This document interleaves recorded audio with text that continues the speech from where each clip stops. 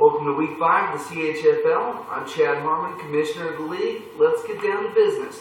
Week 5 brings an important aspect of fantasy in the fact it's our first time we have to deal with the bye week. It's going to be interesting to see how deep some of the teams in the league are.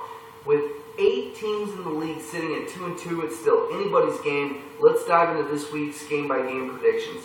Game number 1, Booyah City versus Team 2, headed up by Aaron Hirsch. Matt Ryan so far is probably the undisputed MVP of the NFL, throwing for over 1,200 yards and 11 touchdowns. Problem is, Curly, Britt, and Smith are not the strongest wide receiving core. I think that's going to come back to hurt him. Reggie Bush is back. He exploded for 45 points in the first 2 weeks of the season.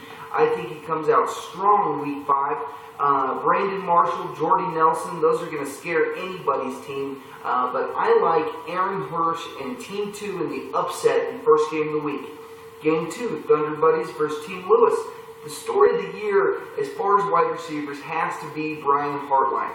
He's averaging over 100 yards a game, including 250 yards last week, making him the most talked about player in the league. Sheldon relies strongly on his running back play, which have delivered so far.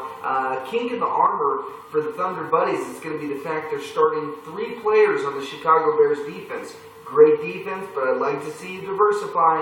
I think that comes back to bite you. I like Team Lewis in game number 2. Game 3, Battle of the Titans. Cut that meat versus the Fear Boner. There's a lot to like about Darren Sproles and Frank Gore in the backfield with Peyton Manning chucking the pigskin. Jim, I want to pick you, but again, you put out a questionable lineup. Your starting running back projected for 3 points. That's not going to cut it in this league, my friend. I think it was a great pickup in Hickson, and the fact that the Giants' wide receiving core is pretty decimate. At least you'll be at the top of the waiver wire after this week, buddy. I like Brandon in game 3. Game 4, Spackler's Vermin versus Morning Wood.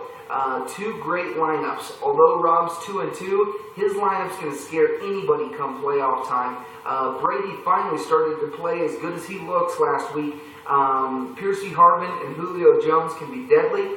I think Week 5 is going to be a big breakout week, spirited by the Pittsburgh Steelers defensive team. Morning Wood is relying on their defense and Ben Roethlisberger to go up against the Philadelphia Eagles, who are sitting comfortably at 3-1. I think Steelers D and Big Ben come up huge in Week 5. Andre Johnson and Demaryius Thomas go for 100 yards with a score. I like Morning Wood in the upset. Next game, Team 10, Isom versus Team Vartanian. RG3 versus Drew Brees. This is going to have some fireworks involved. Battle as far as a pickup, and Hawkins are questionable. Roddy White's definitely been the man in Atlanta so far. It's going to be close, but I think Isom becomes the only team in the league to sit with 4 wins after Week 5. And finally, I am Spartacus versus Pack Attack 303. I know I'm projected to lose by 23 points, but I'm about to show you suckers how a seasoned veteran can sneak off a few wins while his lineup's a little decimated early on in the season. I've been saying it for 4 straight weeks. This is Ryan Matthews' breakout week. If he can't do it against New Orleans, it's never going to happen. Chris Johnson had 140-plus yards last week. Problem is, he's running into Minnesota's defense, who's the top run defense in the league. I think he comes up big and maybe gets a cheap score on a long sweep pass. My only hope is for bad matchups on the other side with Atlanta, San Francisco, and the New York Giants. Maybe they keep Brandon's team under control. Again, the savvy vet squeaks out a victory and goes to 3-2 for the season. Good luck, everybody. It should be exciting.